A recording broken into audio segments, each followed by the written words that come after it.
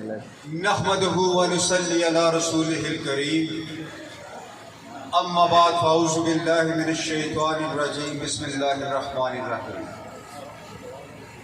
आज की तकरीब के सदर मेरे भाई, मेरे दोस्त, मेरे साथी चौधरी इकबाल साहब, मरकज़ी सेक्रेटरी जनरल PTI,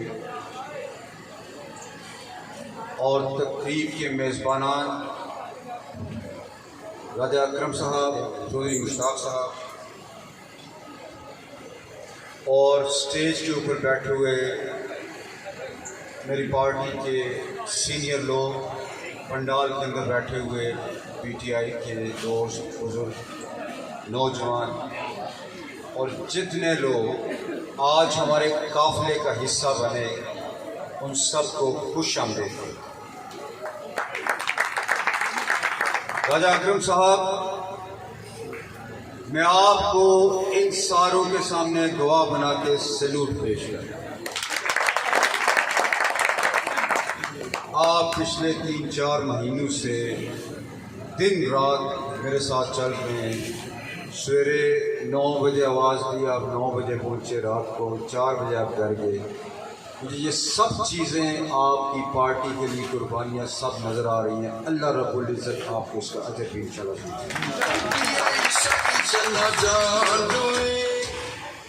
चूँकि ये हमारा इस एरिए के अंदर आखिरी फंक्शन है और अब इलेक्शन कैंपेन भी हमारी क्लोज होने जा रही है, मैं चाहूँगा कि मैं आपके साथ इस कैंपेन के ऊपर भी बात करूं, अपने इस हल्के के मैनिफेस्टो के मुतल्लिक़ यानी मंशूर के मुतल्लिक़ भी बात करूं और दिल से बात करूं। अभी जो मैं बातें आपसे करूंगा वो अल्लाह की ज़ात को हाज़िर नाज़िर जान के हर बात सच्ची और खरी करूँगा इंशाअल्लाह। जिस वक्त इलेक्शन की कैंपेन स्टार्ट हुई तो बड़ी बड़ी अफवाहें चली इस इलाके के अंदर। ये कहा गया कि PTI में फलां आ रहा है, उसको टिकट मिल रहा है, ये हो रहा है, PTI तीसरे नंबर पे है, कोई कह रहा था PTI 5वें नंबर पे है। आप लोगों के तावन से, आप लोगों की मेहनत से पहला काम क्या हुआ? चौधरी अब्दुल मजीद साहब इलेक्शन से भाग गए।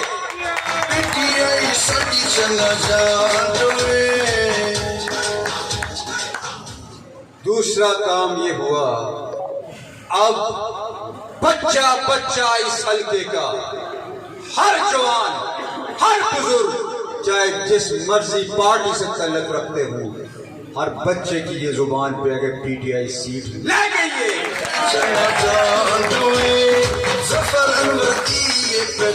कभी मुमकिन ना होता अगर मुझे आपकी तरफ से तावन ना मिलता।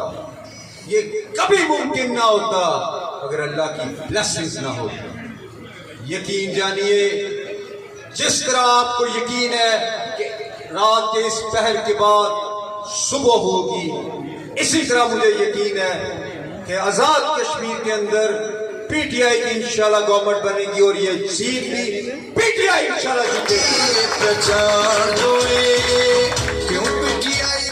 इकबाल साहब, मैं आपका इंतहाई मशकूर हूँ कि आप चट्टान की तरह मेरे साथ खड़े रहे। आपने उन तमाम साजिशों को नाकाम बनाया जो हमारे इस हल्के के खिलाफ हो रही थी। ये वक्त आने पर मैं अपनी इस पब्लिक के सामने भी डिस्क्लोज करूंगा इंशाल्लाह। वक्त आ चुका है, हमने अपना किरदार अदा कर दिया है। चौधरी अब्दुल मजीद साहब 40 साल सियासत, बल्कि 45-40 साल हो गए आपको सियासत के अंदर, और पिछले 7 सालों में आपसे लड़ते लड़ते मेरी सियासत 50 साल की हो गई है। आपने ये कहा था कि ये कल का बच्चा क्या इलेक्शन लड़ेगा, ये भाग जाएगा। ईमानदारी के साथ बताएं, मैंने उनको इलेक्शन से भगाया है। और आप जिस बेटे को लेके आए वो काउंसलर बनने के लायक नहीं, आप उसको एमएलए बनाने की बात करते हैं।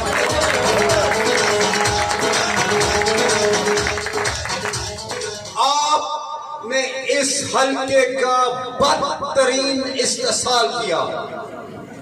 आप लोगों के ख्वाबों को तोड़ने वाले हैं, आप लोगों की उमंगों के कातिल हैं, आप लोगों की ख्वाहिशात के कातिल हैं। आपने 45 साल इन लोगों के जज्बात से खेला। कमाल के लोग हैं ये। 40 साल, 45 साल, 50 साल, 30 साल, 25 साल, हिसाब भी नहीं है इस चीज के लोग कितना आपके साथ चले। आपको इन लोगों ने वजीर बनवाया, स्पीकर बनवाया, वजीर आजम के मनसब तक पहुंचवाया। इस हल्के के लोगों ने कोई कमी नहीं छोड़ी। लेकिन जब आपके पास इक़्तिदार आया तो आपका असल चेहरा इस अवाम ने देखा कि आप इस अवाम के हमदर्द कितने हैं। वहां पे जाके आपने नवाजा, किन को नवाजा? उस गासिब माफिया को नवाजा, उस लैंड माफिया को नवाजा। और बदतरीन बात जो आपने की, आपने मंशियात फरोशों की भी सरपरस्ती। आपने हमारी नस्लों के बच्चों के मुस्तकबिल को तारीख करके रख दिया। आप कातिल हैं इनकी ख्वाहिशात के, इनके ख्वाबों के आप लुटेरे हैं। लेकिन आप मुझे ईमानदारी के साथ ये बात बताएं, कोई एक मेगा प्रोजेक्ट इस हल्के के अंदर, कोई एक मेगा प्रोजेक्ट अगर आपने नौकरियां दी तो कच्ची नौकरियां दी, एड हॉक मुलाजमीन आपने भर्ती किए। जब आपकी गवर्नमेंट गई वो बेचारे दर दर करके खाते रहे अपनी नौकरी को बचाने के लिए। और नौकरियां दी क्या आपने? नायब कासद, वॉलमैन, वॉचमैन, लाइनमैन। कोई आपने एसी भर्ती किया इस हल्के से जो कल जाके डीसी बनता, कमिश्नर बनता, इस हल्के के लोगों के काम करता। महकमा बरकियात के अंदर कोई इंजीनियर उस लेवल पे लेके गए आप? तालीम के अंदर किस लेवल तक आप लेके गए? कौन सा बंदा इस हल्के से जाके सर्टिफिकेट तक गया है? इसका कसूरवार कौन है? इसका कसूरवार सिर्फ चौधरी अब्दुल मजीद है। इसके पीछे वजह क्या थी? इसके पीछे वजह ये थी, वो ये देख नहीं सकते थे, वो ये बर्दाश्त नहीं कर सकते थे कि इस हल्के के लोग टॉप लेवल की ब्यूरोक्रेसी का हिस्सा बने। उन्हें ये डर था कि ये फिर अपने हकूक मांगेंगे, ये फिर आला तालीम मांगेंगे, ये सेहत की बेहतरीन सहूलियात मांगेंगे, ये मेरिट के ऊपर नौकरियां मांगेंगे, ये हिसाब मांगेंगे कि गवर्नमेंट का बजट आप कहां पे खर्च करते रहे। ये कतन चौधरी अब्दुल मजीद साहब नहीं चाहते थे। उन्होंने आपको मजारे की हैसियत में रखा। उन्होंने इस हल्के को अपनी जागीर समझा और जागीर समझते हुए आज अपने बेटे को लॉन्च किया। अगर वो जागीर ना समझते होते तो फिर उनको किसी और को टिकट दिलवाना चाहिए। लेकिन जाते जाते भी आप अपने बेटे को लॉन्च करके जा रहे हैं। नौजवानों, 40 साल इस हल्के के लोगों ने अपना बहुत बुरा हशर करवाया। क्या ये चाहते हैं आप कि चौधरी अब्दुल मजीद जो वजीर आजम बन के भी आपके काम ना कर सका, उसका बेटा अगले 40 साल आपके सिरों पे मुसल्लत रहे? ये चाहते हैं कि आप? अगर ये नहीं चाहते तो फिर बाहर निकले, 25 जुलाई को पल्ले के ऊपर मोहर लगाएं और इनका बोरिया बिस्तर यहां से गोल करें। और फिर उसके बाद हम क्या करेंगे? आप मेगा प्रोजेक्ट्स की चॉइस की बात करते हैं, बड़ी हम आपको बताते हैं कि हम इस हल्के के अंदर क्या कुछ लेके आने वाले हैं। हम इस हल्के को तहसील बनवाएंगे इंशाअल्लाह। हम इस हल्के में टेक्निकल कॉलेज इंशाअल्लाह देंगे। हम इस हल्के के अंदर 2 हॉस्पिटल, एक इस्लामगढ़ के अंदर और एक चकसवारी के अंदर state of the art hospital बनाएंगे। हम इस हल्के के अंदर गैस लेके आएंगे। हम इस हल्के के अंदर चक्रयाम ब्रिज को कंप्लीट करवाएंगे। हम इस हल्के के अंदर मुतासरीन मंगला डैम के तमाम जुमला मसाइल बाशमूल ज़ैली कुमाजात के मसाइल को हल करवाएंगे। हम इस हल्के के अंदर आबादकारी के तमाम मसाइल को हल करेंगे। जो लोग जमीनों पे बैठे हुए और उन्होंने घर बनाए और उनको मालकाना हकूक, असल मालकाना हकूक देंगे। यहाँ पे कोई आप एमडीए वाले आपको तंग नहीं कर सकेंगे, कोई महकमा माल के लोग आपको तंग नहीं कर सकेंगे। हम इस हल्के में एक टूरिज्म कॉरिडोर बनाएंगे जो चक्रयाम ब्रिज से स्टार्ट होगी, इस्लामगढ़, कनेली, फैजपुर यूनियन काउंसिल, चकसवारी और हरनौत तक, पन्याम तक एक मंगला डैम के साथ साथ डाइक रोड बनाएंगे जिसको हम टूरिज्म कॉरिडोर का नाम देंगे। चौधरी साहब, आपने 40-45 साल लगाए। वादा करता हूं इस कौम के साथ हम 40 महीनों के अंदर काम करके आपको पहले साल के अंदर कोई नई सड़क नहीं बनाएंगे। हम इस हल्के की तमाम पुरानी सड़कों को ठीक करके रख देंगे। आप ये बिजली की बात करते हैं, मंगला डैम के किनारे पे हम लोग रहते हैं। हमारे आबा अजदाद ने बेपनाह कुर्बानियां दी हैं इस मंगला डैम के लिए। खुदा का क्या मैं बात करूं, कितने बुरे लोग हमारे कुर्बानियां दी कि ऐसी लीडरशिप हमने अपने सरों के ऊपर मुसल्लत कर दी जो आपको लोड शेडिंग से मुस्तस्ना करार ना दिलवा सके, जो इस हल्के के अंदर वोल्टेज की कमी पूरी ना करवा सके। आप इस हल्के के अंदर 20 जगहों पे जाएं, 2021वीं सदी पानी मुयस्सर नहीं है। टैंकरों से लोग पानी डलवाते हैं, लोगों को मजबूरन बोर करवाने पड़ रहे हैं। और किधर गई आपकी हुकूमत? क्या करते रहे आप 40 साल? आज भी बगौर के अंदर जाएं, पानी नहीं है। इसर के ऊपर पानी का मसला, महमूदाबाद के अंदर पानी का मसला, टाली वाली शाह सादकाबाद के अंदर पानी का मसला, सहार के अंदर पानी का मसला, डगालिया के अंदर पानी का मसला, खालकाबाद के अंदर पानी का मसला। आप सोच सकते हैं कि 40 साल आप लोगों ने इक़्तिदार किया और आज भी हमारी माएं बहनें गढ़ों में पानी डाल के लाती हैं। आप तामीर और तरक्की की बात करते हैं, आपको तामीर और तरक्की का मफहूम भी नहीं पता। चौधरी साहब, यहां पे मेरे भाई ज़हीर अब्बास साहब बैठे हुए हैं, कमाल की उस दिन उन्होंने बात की। उनका तामीर और तरक्की नहीं की, इन्होंने तरक्की किया है।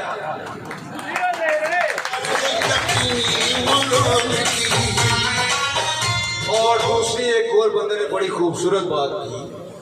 उसने कहा चौधरी मजीद हल्के देता क्या है? उसने वो मुड़ा देता है, कासिम मजीद देता है। वो वाकयातन हमें ये तोहफे मिले, तरक मिला, कासिम मजीद मिला। अल्लाह की शान देखे। मैं अब इखलाकियात से नीचे जाना नहीं चाहता, वरना मैं जवाब देता इनको जैसे हमने चौधरी मालिक चेयरमैन एडमिनिस्ट्रेटिव जिला काउंसिल को दिया है। हमने बात यह है, ओवरसीज कश्मीरीज की बात की गई। इकबाल साहब 2011 में चौधरी अब्दुल मजीद साहब वज़ीर आज़म बने, खालिद सुल्तान साहब चीफ सेक्रेटरी थे। मुझसे रब्ता किया गया कि मैं इंग्लैंड जाना चाहता हूँ और मैं ओवरसीज़ कश्मीरीज़ के मसाइल उसके मुँह से सुनना चाहता हूँ। मैं उस प्रोग्राम का कोऑर्डिनेटर बना और मैंने उनको इंग्लैंड के अंदर मुख्तलिफ जगहों पे लेके गया। उस दौरे का नतीजा ये निकला कि कश्मीर हाउस के अंदर ओवरसीज फैसिलिटेशन सेल बना, वो इस शख्स की काविश। ओवरसीज कश्मीरीज मेरे दिल के करीब रहते हैं। मैं एक कारोबार करता रहा हूँ। मैं हाइडल पावर जनरेशन के अंदर मेरे 2 प्रोजेक्ट्स हैं। मैं पीटता रहा सबका हुकूमतों को, मेरे तल्लुकात थे सब हुकूमत के तमाम वज़ीर आज़म से। मैंने कहा आप क्यों चाइनीज के पीछे भागते हैं, आप क्यों कोरियंस के पीछे भागते हैं, आप क्यों यूरोपियन कंपनीज के पीछे भागते हैं। आप जाएं अपने ओवरसीज कश्मीरीज के पास, आप स्लैब बनाएं कि 10 मिलियन पाउंड्स के ये लोग हैं, 20 मिलियन पाउंड तक ये हैं, 50 मिलियन पाउंड तक ये हैं, 100 मिलियन पाउंड तक ये लोग हैं। आप उनके पास अपने ये प्रोजेक्ट्स लेके जाएं। सिर्फ 10% 20% एक्विटी करनी है, बाकी आपको कंसोर्टियम बैठे हुए हैं दुनिया के अंदर जो आपको फाइनेंस कर रहे हैं।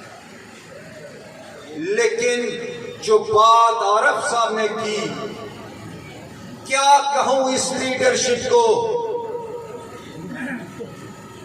बेहतरीन दुनिया का ये खिता आजाद कश्मीर जिसकी आधी तकरीबन आधी आबादी बैरून मुमालिक आबाद है। हम यूके के अंदर आबाद हैं, यूरोप के अंदर है, मिडिल ईस्ट के अंदर है, फार ईस्ट के अंदर है और अमेरिका कनाडा के अंदर भी मौजूद है। हमारे सामने मिसाल मौजूद थी सियालकोट की, कॉटेज इंडस्ट्री उन्होंने बनाई। आज सियालकोट दुनिया के अंदर लीडिंग शहर है, सर्जिकल गुड्स की एक्सपोर्ट, स्पोर्ट्स गुड्स की एक्सपोर्ट, क्रॉकरी की एक्सपोर्ट का, लेदर गुड्स की एक्सपोर्ट का। क्या हम लोग इस खित्ते के लोग नहीं कर सकते थे? हमारे पास ब्रिटिश नेशनलिटी मौजूद थी, हम अंग्रेजी जबान जानते थे, हम पूरी दुनिया में हमारे पास रसाई मौजूद थी। अगर कमी थी तो हमारे इस खित्ते की लीडरशिप विजनरी नहीं थी। हम सब जानते हैं, यहाँ से हमारे अजदाद इंग्लैंड के, किसी ने कहा मैं 5 साल लगाऊंगा, इतने पैसे बना लूंगा कि यहाँ पे अपना मकान बना जाऊं, दुकान बना जाऊं। लेकिन जहाँ पे जो सबका लीडरशिप सारी हमारी, जिसमें शायद हम लोग भी शामिल हैं, हम उनसे यहाँ पे कारोबार के अंदर, इंडस्ट्री के अंदर इन्वेस्ट नहीं करा सकते। जिसका नतीजा क्या निकला, अरबों खरबों खरबों रुपया कोठियों पे हमने लगा दिया। हमने इंडस्ट्री नहीं लगाई जिससे तो नौजवानों का रोजगार हो। यकीन जानिए वो तारीखी गलती हम कर बैठे। लेकिन आरफ साहब हमेशा डिस्ट्रक्शन में से कंस्ट्रक्शन, नीयत अगर ठीक हो और कोशिश राइट डायरेक्शन के अंदर हो तो अल्लाह की ज़ात उसमें बरकत डालती है, उसमें कामयाबी होती है। हमें एक और मौका मिलने जा रहा है। वो क्या मौका मिलने जा रहा है? मुजफ्फराबाद से मीरपुर तक मोटरवे बनने जा रही है सी पैक के तहत। मीरपुर के अंदर इकोनॉमिक जोन, सी पैक का इकोनॉमिक जोन बनने जा रहा है। और ये सारे काम कब होने जा रहे हैं? जब आने वाली आज़ाद कश्मीर के अंदर 5 साल पीटीआई की गवर्नमेंट इंशाल्लाह। इस स्टेज की वसातत से आपके साथ ये शेयर करता हूँ बात कि ये जो मोटरवे थी मुजफ्फराबाद, मानसरा से मुजफ्फराबाद, मुजफ्फराबाद से मीरपुर, मीरपुर से मंगला, ये प्रोजेक्ट उस कंकरेंट लिस्ट से ड्रॉप कर दिया गया था शायद हाकान अब्बासी जिस वक्त वज़ीर आज़म थे। मैं सैल्यूट पेश करता हूँ बैरिस्टर सुल्तान साहब को, जिन्होंने खान साहब को रिक्वेस्ट करके ये प्रोजेक्ट दोबारा सी पैक की उस लिस्ट में डलवाया।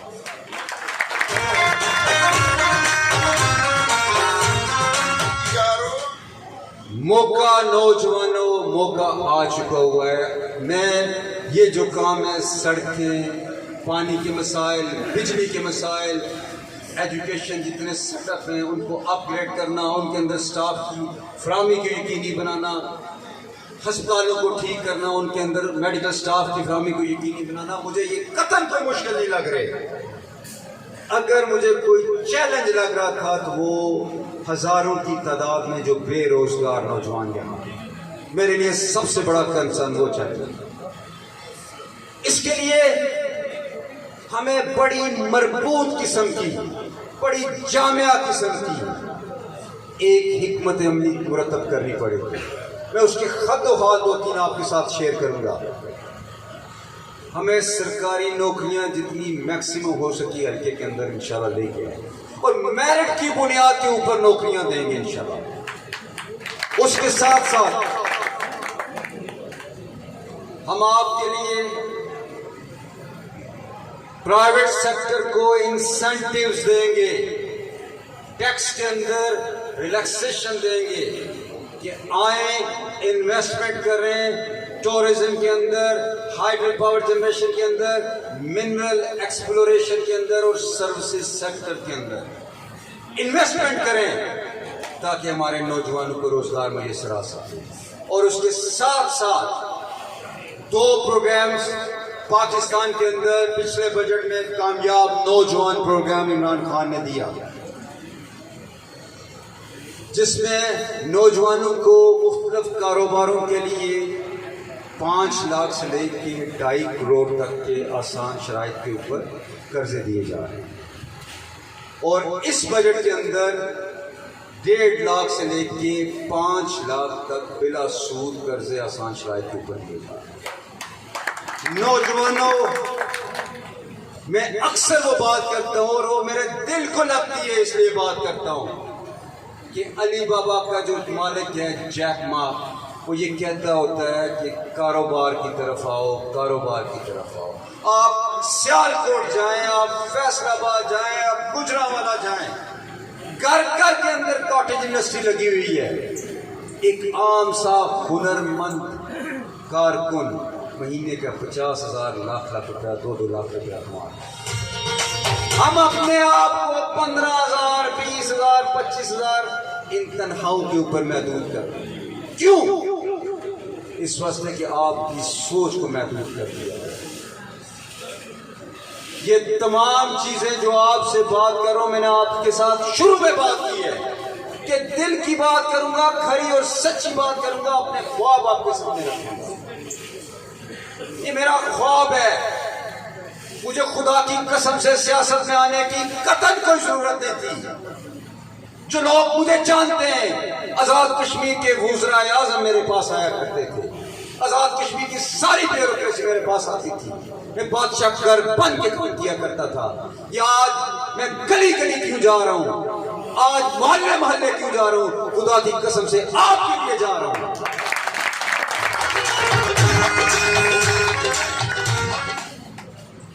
चूंकि ये आखिरी फंक्शन है हमारा इलेक्शन से पहले, तो आपके साथ ये बात भी शेयर करता हूं कि मैंने रोज़ा रसूल पे अल्लाह की कसम से ये कसम खाई कि मैं इस खित्ते की तकदीर बदलने के लिए अपना सारा जोर लगा दूंगा।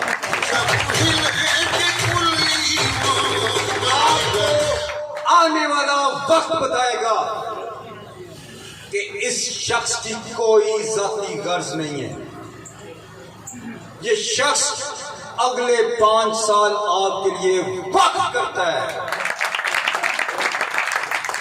और जिस शख्स के पास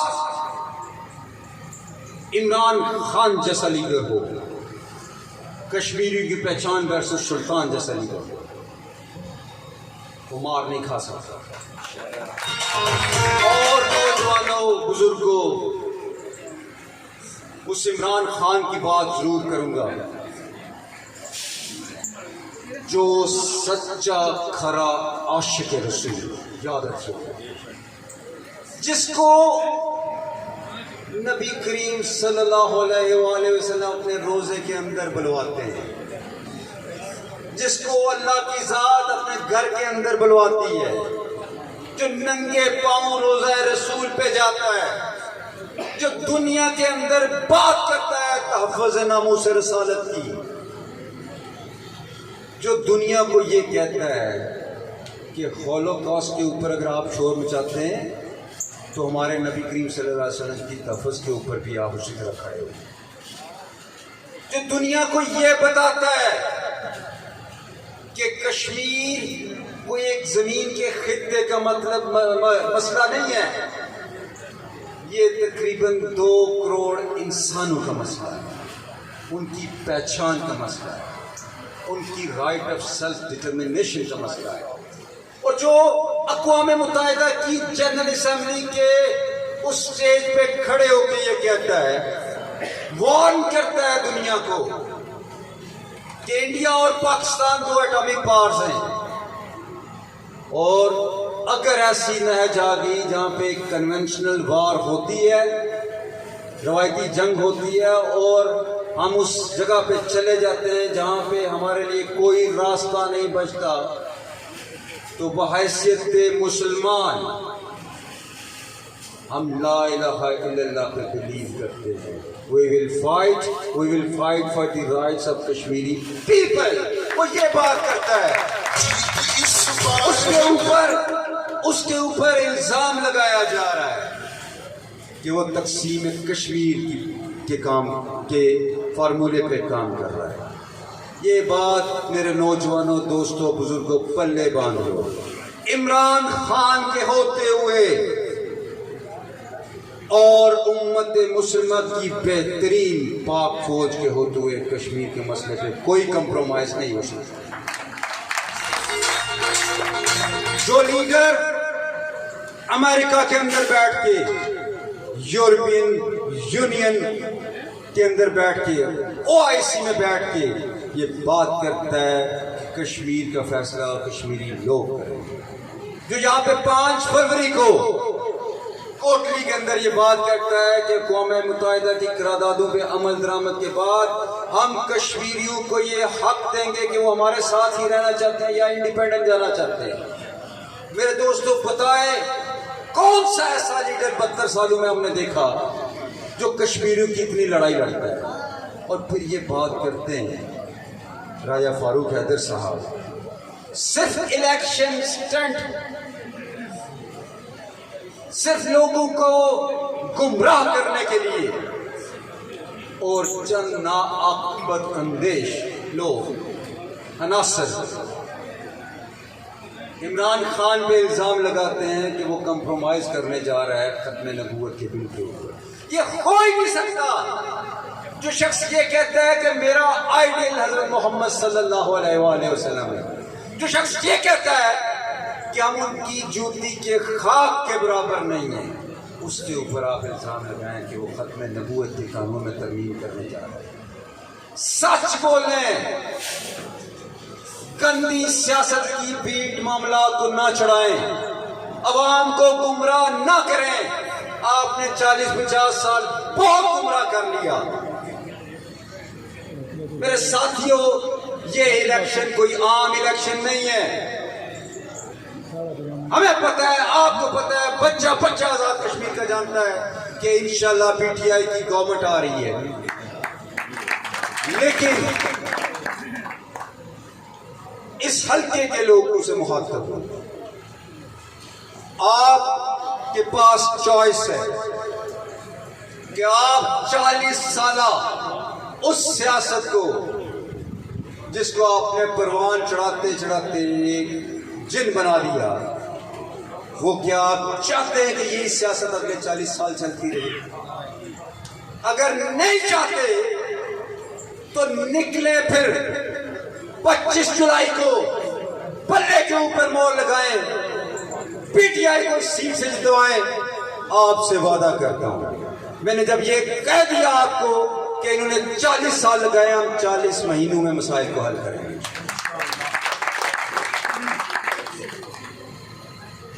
कदर करें इमरान खान की, सदियों बाद ऐसा लीडर पैदा होता है।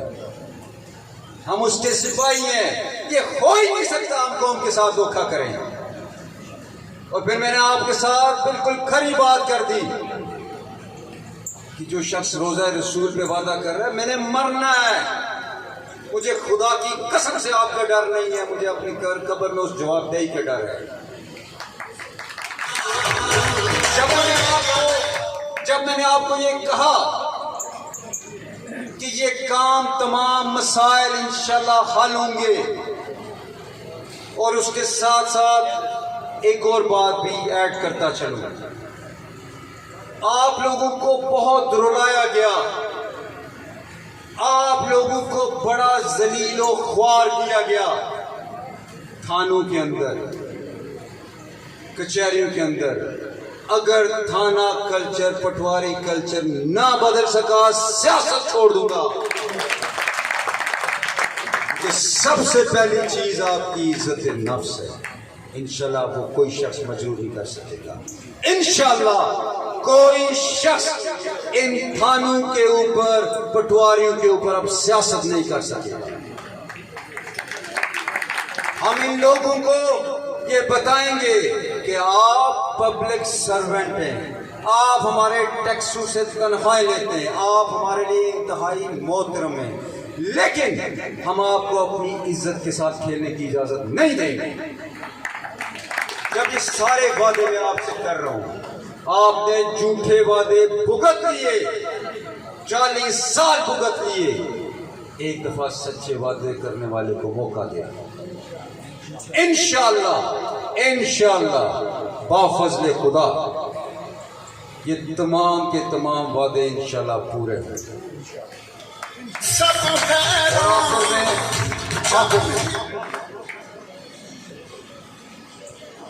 मेरी दिली ख्वाहिश हमेशा होती है कि मैं अपनी तकरीर का आगाज़ अल्लाह के बाबरकत नामों से करूँ, मेरी ये दिल की आवाज़ हो। लेकिन आज चूँकि हमारा ये आखिरी फंक्शन है, तो आखिर में अल्लाह के बाबरकत नामों से इख्तिताम करूँगा। हुवल्लाहुल्लज़ी ला इलाहा इल्ला हुवर रहमानुर रहीम मालिकुल कुद्दूसुस सलाम मुमिनुल मुहैमिनुल अज़ीज़ुल जब्बारुल मुतकब्बिरुल खालिकुल बारिउल मुसव्विरुल गफ़्फ़ारुल क़ह्हारुल वहाबुर रज़्ज़ाक़ुल फ़त्तहुल अलीमुल काबिज़ुल बासितुल हाफ़िज़ुल राफ़िउल मुईज़ुल मुज़िल्लुस समीउल बसीरुल हाकिमुल अदलुल लतीफ़ुल खबीरुल हलीमुल अज़ीमुल गफ़ूरुल शकूरुल अलीयुल कबीरुल हफ़ीज़ुल मुक़ीतुल हसीबुल जलीलुल करीमुल रक़ीबुल मुजीबुल वासिउल हकीमुल वदूदुल मजीदुल बाइसुल शहीदुल हक़्क़ुल वकीलुल कवियुल मतीनुल वलीयुल हमीदुल मुफ़्सियुल मुब्दिउल मुईदुल मुक़ीमुल मुमैतुल हय्युल क़य्यूमुल वाजिदुल माजिदुल वाहिदुल अहदुस समदुल मुक़्तदिरुल मुक़द्दिमुल मुक़द्दिमुल मुअख़्ख़िरुल अव्वलुल आख़िरुल ज़ाहिरुल बातिनुल वलिल मुतालिल बरुत तव्वाबु मुंतक़िम वाफ़ुर रऊफ़ु मलिकुल मुल्कु ज़ुल जलालि वल इकराम मुक़्सिदुल जामिउल गनियुल मुग़नियुल मानिउस ज़ारुन नाफ़िउन नूरुल ख़ादियुल बदीउ बाक़िल वारिसुर रशीदुस सबूर। ऐ मेरे मालिक, ऐ मेरे रब, तुझे इन सफ़ाती नामों का वास्ता, इस अवाम की तकदीर बदल दे। हमें तूने मौका दिया है बाहर निकलने का, तो हमें तौफ़ीक दे, तो हमें जीत दे और हमें तौफ़ीक दे कि इस कौम की खिदमत हम कर सकें। इन्हीं अल्फाज के साथ इजाज़त चाहूँगा। अल्लाह हम सब का हामी नासिर हो।